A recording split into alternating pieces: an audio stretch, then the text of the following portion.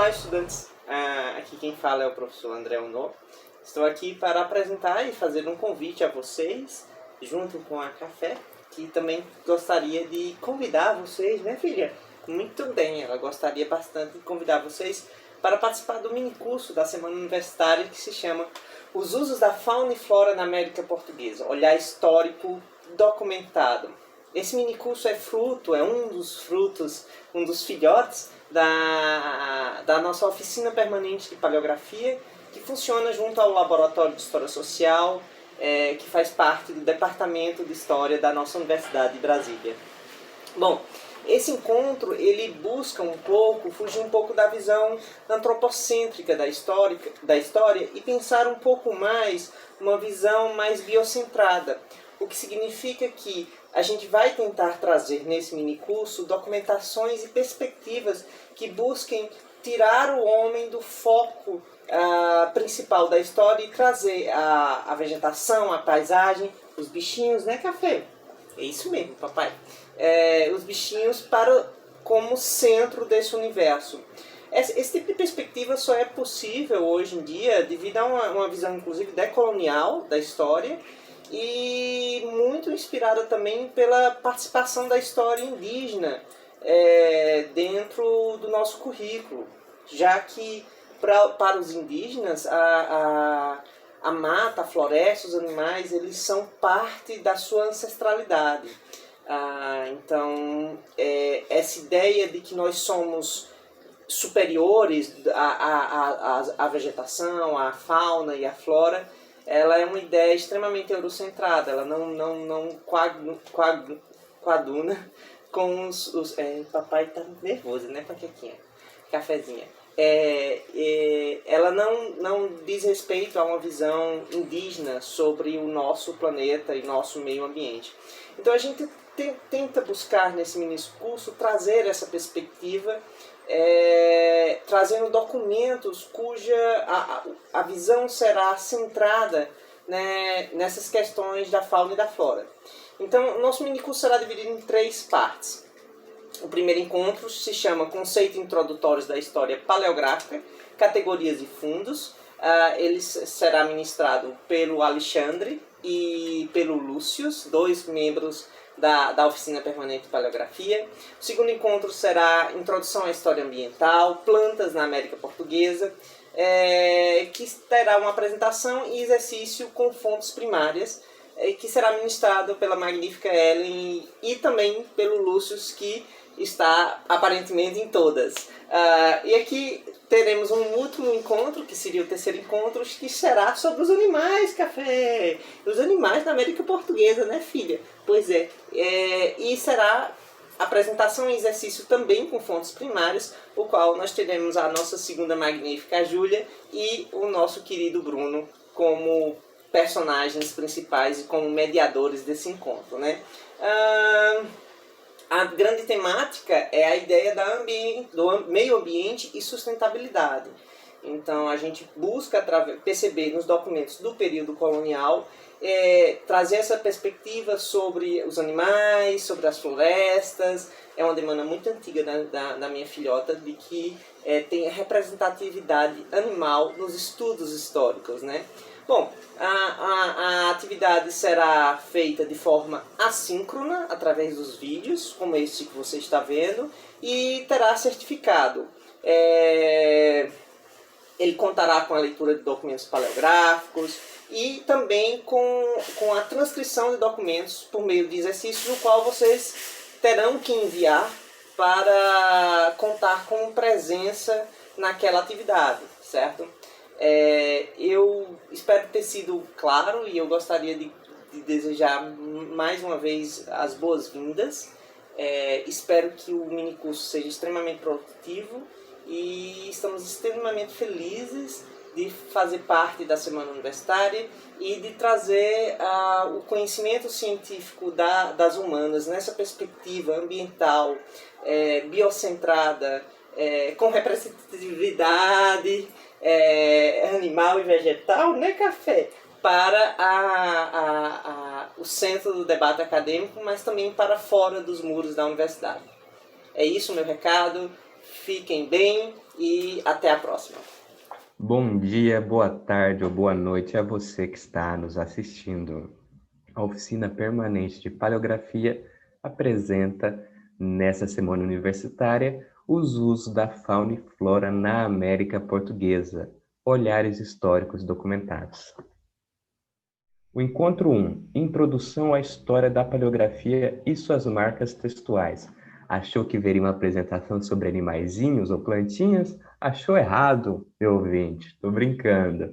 Sequencialmente, nós teremos uma apresentação sobre animais, sobre as plantas, com os nossos queridos amigos Júlia, Bruno, Lúcio novamente, que está apresentando aqui comigo, depois irá apresentar com a Ellen, e também com a participação da Isabel na edificação desses slides e da Júlia também, que vocês poderão assistir ao longo do desenvolvimento dessa apresentação. Então, eu irei apresentar os conceitos introdutórios da história da paleografia. Meu amigo Lúcio, agora eu estou acompanhado pelo Lúcio, não é mais pelo Fernando, como foi na semana passada, mas estou muito bem acompanhado, com certeza. Irá apresentar as marcas textuais caligráficas. Pode passar. Slide 3. Introdução à história da paleografia. Conforme Beranger Leal, a paleografia surgiu no século XVII. Na Idade Média, no Renascimento, há um razoável número de trabalhos com traços paleográficos, como transcrições, traduções de dicionários, mas ainda não estavam na forma de tratados críticos. Por quê? Porque não havia uma preocupação em se estabelecerem a classificação caligráfica, procedural ou periodical da escrita. E a sua história é dividida em dois períodos, o de formação e o de afirmação. O de formação do século XVII e XVIII e o de afirmação até os dias atuais. Aqui abaixo nós temos também um trecho da Biblioteca Nacional Digital, site que você encontrará um rico acervo sobre a nossa memória histórica nacional, desde arquivos até mapotecas, iconografias, a hemeroteca com uma coleção de jornais periódicos e imagens de museu. Muito bem. Primeiro período, formação. Logo no início, a paleografia desenvolveu-se ao lado da diplomática, a partir de uma rusga entre religiosos e uma viagem extensa, longa, a mosteiros de diversas nações. O padre Pemberton queria edificar sua Acta Sanctorum, que é uma coleção hagiográfica da vida dos santos daquele período. E ele constatou a existência de diversos documentos inautênticos nos mosteiros que visitou, publicando em 1675, desculpem o latim, está enferrujado, Propileo antiquário circa que falsidis crimen investus membrans, que em português fica princípios introdutórios para se distinguir entre o verdadeiro e o falso nos documentos antigos. Uma rigorosa crítica à procedência de boa parte dos mosteiros beneditinos franceses, que nós temos uma imagem do padre, da sua produção, e uma corujinha ao lado, colocada pela Júlia. Uma defesa documental.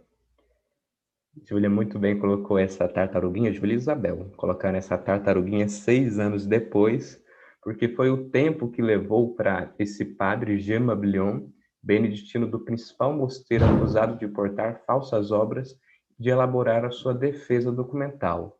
Vale aqui ressaltar, pessoal, que os mosteiros beneditinos franceses eram considerados os maiores portadores de produções hagiográficas, de produções relacionadas à vida dos santos.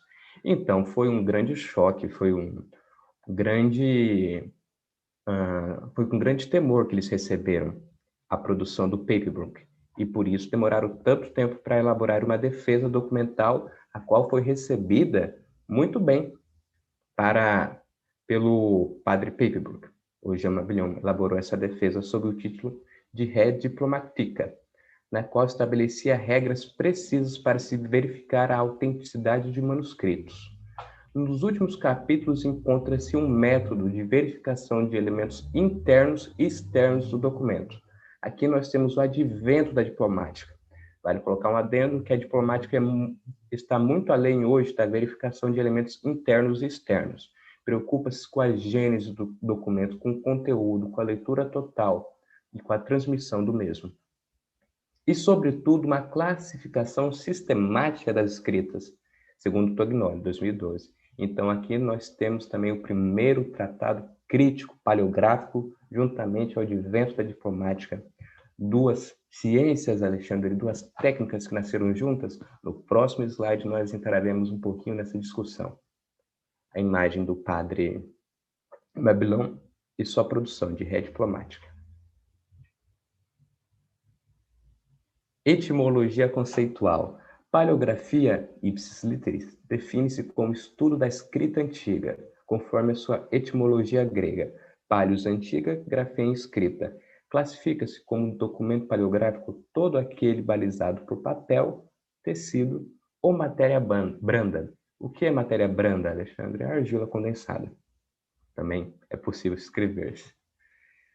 Munhoz e Ribeiro irá abordar paleografia como a ciência da decifração dos manuscritos antigos. Já Fonseca como estudo da genética dos velhos manuscritos. Franklin Leal, e aqui eu faço uma reverência a esse professor tão importante para a constituição paleográfica, para a técnica paleográfica no seio brasileiro, que organizou o primeiro Congresso Brasileiro de Diplomática e Paleografia, irá classificar a paleografia como estudo técnico, então ele tem uma visão mais técnica, não como ciência, dos textos antigos. E Ribeiro sendo a paleografia parte da diplomática, que nos ensina a julgar sua idade, sua veracidade e determinar o território a que pertence. Então, Ribeiro acredita que a paleografia seja uma extensão da diplomática. E um jacarezinho provavelmente isso aí tomou vacina. Vamos lá? Pode passar. Definição metodológica. Afinal, paleografia é ciência, paleografia é arte. Eu sempre digo que é ciência na teoria e arte na prática. Segundo Beranger Leal, a paleografia abrange a história da escrita, a evolução das letras, bem como a de seus instrumentos. Pode ser considerado arte ou ciência. Arte na prática, ciência na teoria. Acima de tudo, porém, é uma técnica. O seu objetivo é o estudo das características dos manuscritos, para sua leitura e transcrição, além de determinar sua data e origem. Aqui nós temos um exemplo de uma análise paleográfica. Saudade de um arquivo, né, minha filha? Faz tempo que não entramos em um. E aqui a imagem da nossa oficina permanente de paleografia do Departamento de História da UNB. Faço aqui uma reverência, uma saudação às demais oficinas paleográficas que há no Brasil, da UFOP, da UFMG, da UFJF e demais, que possuem conosco o máximo intento da preservação da memória histórica nacional e do resguardo do acesso democrático ao patrimônio documental brasileiro. Segundo período, formação. Na segunda metade do século XVIII, os estudos paleográficos passaram a constituir-se em cátedras universitárias. Por que, Alexandre?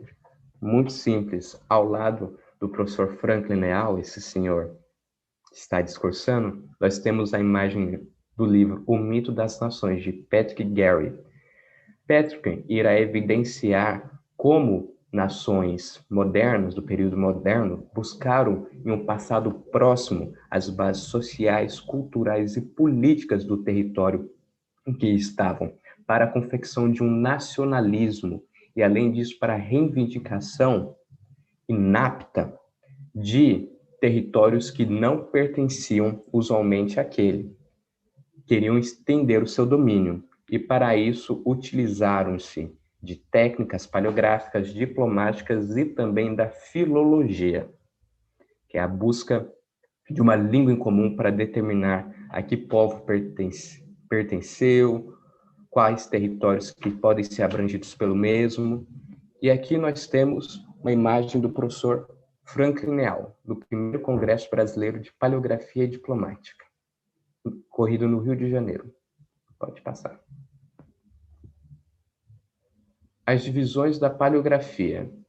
Segundo Beranger Leal, a paleografia divide-se em elementar, quando somente trata da leitura e transcrição, crítica, quando procura deduzir informações sobre o material, época, tipo de escrita, tintas, autores, etc.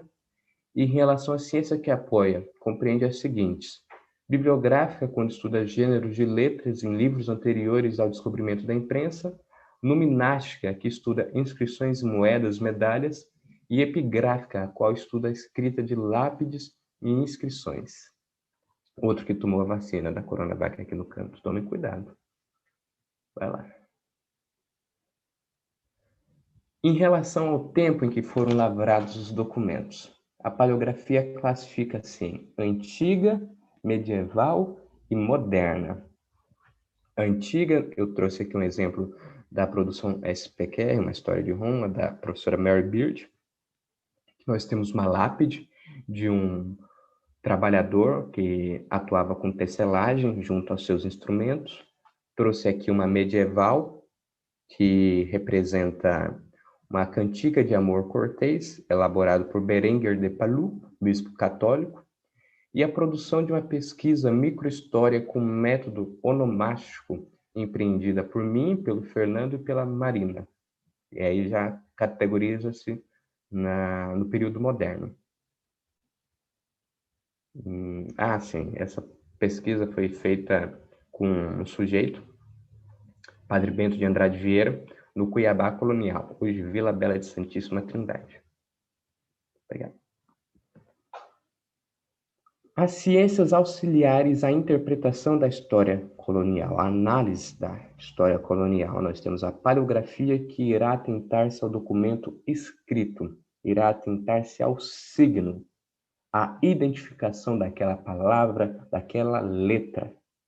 Preocupa-se com o código e canal de comunicação. Qual era o código usado? O português, não era o contemporâneo, era uma língua portuguesa moderna. Qual o canal de comunicação? O canal de comunicação era através de requerimentos, através de solicitações, de documentos jurídicos. A filologia já irá se preocupar com o documento decifrado. Muito bem, isso aqui está escrito, essa palavra aqui está. Mas o que ela queria dizer naquela época, naquele período, naquele tempo? Há uma famosa carta de Dom Pedro II, a sua amante Domitila, em que ele a chama de minha filha, minha querida filha. Então, filha já não tinha o sentido que hoje é, atualmente. Berenguer de Palu, não Berenguer de Palu, porque ele escrevia cantigas de amor cortês, mas outros trovadores que elaboravam cantigas de amigo era um amor que impossível, que tinha obstáculos. Então, esse léxico alterava-se. E a filologia empreende no estudo e na compreensão desses léxicos. Procura sempre o texto, a mensagem, o referente, ou seja, o assunto do que se tratava, o sentido. Já a diplomática irá versar sobre o documento inteligível, irá procurar fazer uma análise de um todo, de todos os processos, todas as conjunturas sociais, políticas, econômicas em que aquele documento estava versado, muito além da verificação de seus elementos internos e externos para a validação de autenticidade. Irá preocupar-se quem emitiu aquela mensagem, como ela foi recebida, se a comunicação foi completa e se havia ruído na comunicação. Ruído na comunicação, eu não irei adentrar muito, porque meu amigo Lúcio vai abordar profundamente daqui a alguns minutinhos. Tipos de textos e seus públicos. A transcrição diplomática ou paleográfica irá ser preferencialmente aos linguistas históricos. Por que, Alexandre? Porque é uma transcrição que irá buscar sempre manter a originalidade do manuscrito. Está abreviado? Mantém abreviado. Está reduzido? Também. Tem alguma imperfeição gramatical entre 300 aspas, por favor? Vai manter também. Então, os linguistas históricos irão se atentar aos percursos da língua, à evolução textual. Já os historiadores irão prover-se de pequenas modificações na transcrição semidiplomática. Não modificações, vamos colocar assim, superficiais, somente para abranger o sentido, porque aqui, na semidiplomática, e a qual a oficina usa, Nós não estamos preocupados com o percurso que aquela palavra levou, o percurso que aquela língua modificou-se, como estão os linguistas históricos. Nós estamos preocupados com o conteúdo. E para prover mais sentido ao conteúdo, nós colocamos uma pontuação, um hífen. Por exemplo, majestade é escrito com G. Nós não vamos colocar com J na semidiplomática, iremos manter com G. Em qual eu vou colocar com J? A transcrição modernizada, que é para o grande público, para a produção da comunidade externa e também acadêmica. Alguns historiadores optam por esse tipo de transcrição. Que nós temos uma tartaruguinha e um macacozinho pendurado nos historiadores. Aí ele gosta mais dos historiadores. Pode passar. Acervos históricos coloniais. No Brasil, nós temos o Projeto Resgate, muito importante. O Projeto Resgate foi e é para a preservação da nossa memória histórica nacional e também do nosso patrimônio documental. Ele que foi um empreendimento do Ministério da Cultura, que enviou historiadores, principalmente a Portugal, mas também a outros países europeus em que a nossa história brasileira está relacionada, está ligada umbilicalmente, buscar manuscritos referentes às 18 capitanias que compunham o nosso Brasil. Hoje, há aproximadamente 150 mil documentos dos séculos XVI ao XIX relativos a 18 capitanias da América Portuguesa.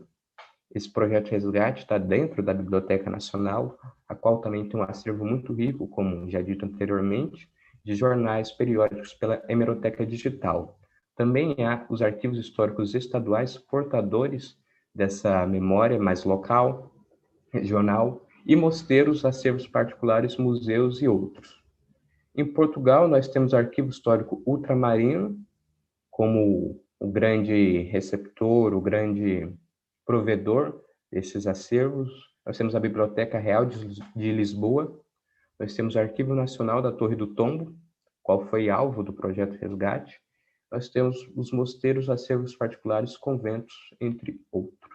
E como é realizado esse acesso democrático aos documentos coloniais? Muito bem, do documento físico, ele é microfilmado, então há sempre uma cópia de segurança, de resgate, e desse documento microfilmado, ele é digitalizado. Posteriormente, a sua digitalização, coloca-se a função do grande público. Hoje, a maioria dos documentos de acesso à comunidade externa está digitalizado, o que é muito importante para resguardar esse patrimônio documental. Agora eu deixo vocês com meu amigo Lúcio. Grande beijo, fiquem com Deus e até a próxima. Muito obrigado, Alexandre. Bom dia a todo mundo. Muito bom estar aqui com a gente. Eu vou falar um pouco mais agora sobre as próprias dificuldades na paleografia de documentos e a própria desafios que vocês podem encontrar com o documento. Em si, cada documento ele vai se conservar de uma forma diferente, tanto variando principalmente sobre a quantidade de tempo que ele foi escrito, como é que eu posso dizer, a qualidade do armazenamento dele. Ele ficou dentro de um armário com bastante umidade, ele foi guardado num lugar, num baú há muito tempo, ou ele estava bem conservado. E tudo isso pode influenciar um pouquinho na sua paleografia, porque podem causar efeitos diversos no seu documento. E vamos falar um pouco sobre essas diversidades. A primeira diversidade que a gente tem que tratar são as abreviações.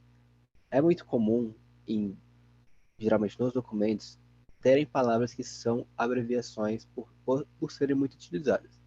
Geralmente, um documento, ele sempre começa, dependendo do tipo de documento, a gente tem os ofícios, requerimentos, eles podem começar primeiramente com uma saudação, saudando a pessoa. Um documento, por exemplo, que sauda o rei, ele vai colocar Vossa Excelência, Vossa Majestade. E essas palavras, para não ser, como elas são muito utilizadas nessas trocas de cartas, de documentação, elas simplesmente poderiam ser abreviadas. Então, não se assustem se vocês encontrarem um VMG e não entenderem o que significa, porque com o tempo, estudando essa abreviação e vendo ela frequentemente, você já vai conseguir distinguir e matar que é Vossa Majestade, entre outras como excelência e por aí vai. Outra dessas dificuldades é que a gente pode chamar de letra esmaecida. Com, a, com o material da tinta, o tempo passa, a própria deterioração do documento, a letra, um desses efeitos pode ser a letra se apagar um pouquinho. Com a letra sendo um pouquinho mais apagada, coisa assim, você vai conseguir salvar parte da palavra, às vezes não vai conseguir salvar a palavra. Mas uma dica que a gente pode dar para vocês é que, geralmente, a carta é sempre, tem quase 100% dos casos, ela, a carta é escrita por apenas um escrivão e ele tem sempre a mesma letra. Então, se você conseguiu decifrar que o P dele é desse jeito, está aparecendo o P, você pode tentar dar essa afirmação com o P ou coisa assim. As letras sempre vão se parecer porque é a mesma pessoa escrevendo. E se você mesmo escrever no papel, você vai ver que você vai repetir a sua letra do mesmo jeito. Mancha de tinta. Como, infelizmente, eles não tinham canetas Bic, coisa do tipo, geralmente a própria escrita era eles pegando o material, pingando na tinta e levando para o papel. Isso poderia acontecer de fazer um respingo de tinta, a pressão da mão dele ser forte demais e cair mais tinta no papel, e pode acontecer um pouquinho dessas manchas. E aí reitera a mesma dica. A letra dele sempre vai ser a mesma, então vocês conseguem a teoria.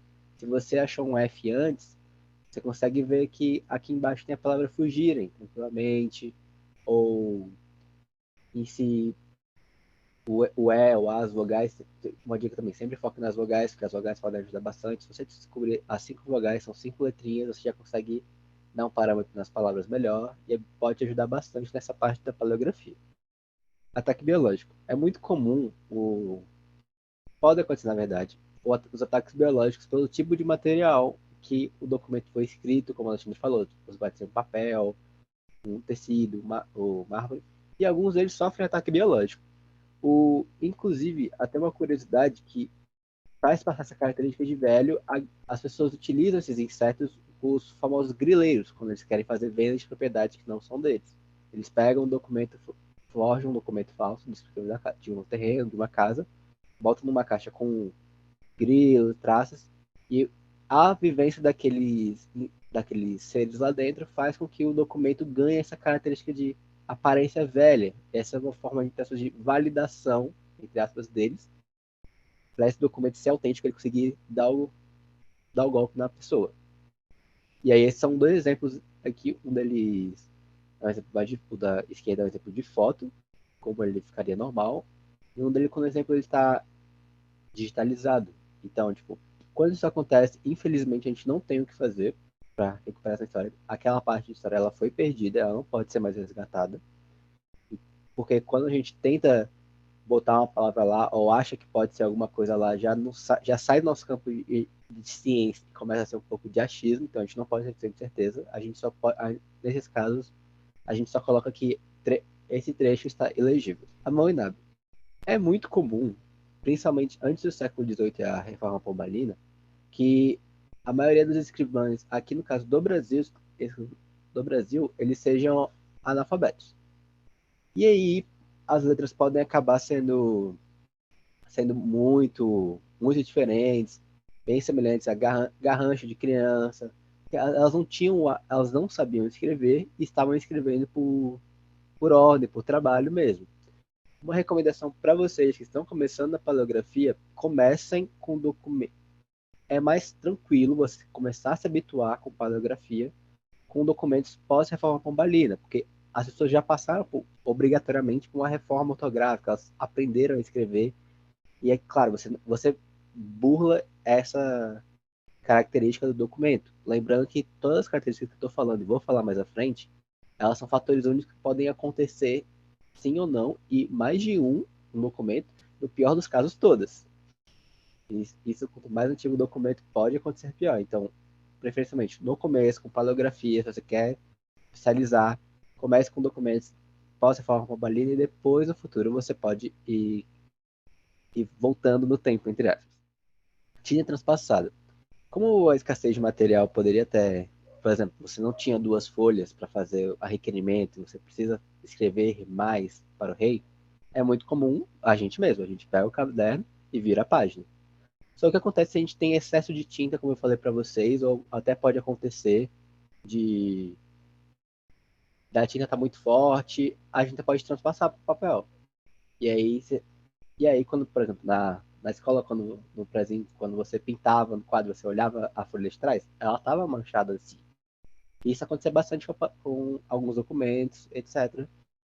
E um dos casos mais complicadinhos que vocês podem encontrar, mas não se assustem, porque o que você tem que fazer com um caso desse, você tem que identificar o documento, o que é da página da frente e o que é da página de trás. A nossa amiga Júlia uma vez deu a dica pra gente que você pode olhar o sentido que a palavra está sendo escrita. Se ela estiver escrita para a esquerda, pode dar uma grande ajuda porque ela pode ser da escrita de trás, que geralmente no nosso padrão de escrita, a gente escreve sempre da esquerda para a direita. Se as palavras estiverem da direita para a esquerda, é o sinal que ela está na folha de verso. Mas geralmente fica uma bagunça mesmo, não se assustem. Se você encarar com calma, é bonitinho. A paleografia, se você encarar com calma, bonitinho, mais feio que ela esteja, dá pra fazer. Então, como o Alexandre falou antes pra gente, a língua, ela dá uma evoluída a história da língua. A gente mesmo, quando crianças, passou por uma reforma ortográfica da língua portuguesa. E nisso, o sentido o jeito que as palavras escritas mudam. A gente parou de usar os dois pontinhos em cima do para linguiça, por exemplo, que é o exemplo mais fácil que eu consigo lembrar agora. E não é diferente com a escrita. As palavras podem estar escritas como estão escritas numa época antiga, elas estão escritas de maneira diferente. Majestade com G, o ele tem um H, o ele e o ela, elas são. Elas têm dois L's, persuando-me, ele pode ser escrito separado. E são coisas normais, algumas palavras podem estar de maneiras totalmente diferentes que a gente conhece, mas atentando ao sentido delas, vocês podem ajudar bastante nessa parte. E nisso a gente tem o Padre Bluetooth. O Padre Bluetooth, ele é um dos principais referenciais para a gente de paleografia do Brasil, porque é muito auxílio, porque palavras podem ter significados diferentes, não só tanto a sua escrita ser diferente, mas significado diferente. E isso pode acabar mudando o sentido da sua frase. Então, isso auxilia muito, muito, muito bastante. Pois, por exemplo, você acha que é a coisa X, mas nessa época significa coisa Y. Então, sempre é bom que você tiver alguma dúvida de contexto, coisa assim, olhar o dicionário do Bluetooth, porque ele é algo realmente muito prático para a gente, tanto no sentido da sua transcrição, o que você quer extrair. Se você está só transcrevendo para salvar o documento, tudo bem, mas quando você vai fazer uma pesquisa e analisar aquele documento criticamente, propor um projeto em cima dele, é muito importante você saber o sentido dele, e o dicionário Bluetooth ele é uma grande ferramenta para a gente. E no caso das abreviações, a gente tem a Maria Helena Flexon, que ela fez esse catálogo de abreviações para a gente, porque é muito mais tranquilo para nós ter, consultar esse material, porque o trabalho dela é sensacional, é fantástico, porque você gastar tempo tentando ver se uma abreviação de P e A é a palavra para, ou se é uma coisa outro tipo, você consegue entrar nessa documentação, você consegue fazer a consulta dela, e não, entre aspas, travar na sua paleografia, tanto por sentido, tanto por escrita. E realmente, com o tempo, você vai aprender que algumas são sempre as mesmas, mas você vai se deparar com algumas que você nunca ouviu falar e nem sabia que o cara poderia ser abreviadas. E esse dicionário, esse manuscrito, ele é muito completo e ele ajuda bastante na sua paleografia. E é isso, gente. Muito obrigado pela presença de vocês. Eu espero que vocês tenham gostado do vídeo. Ele foi só um pouquinho de paleografia para vocês terem um pouco da história, um pouco das dificuldades.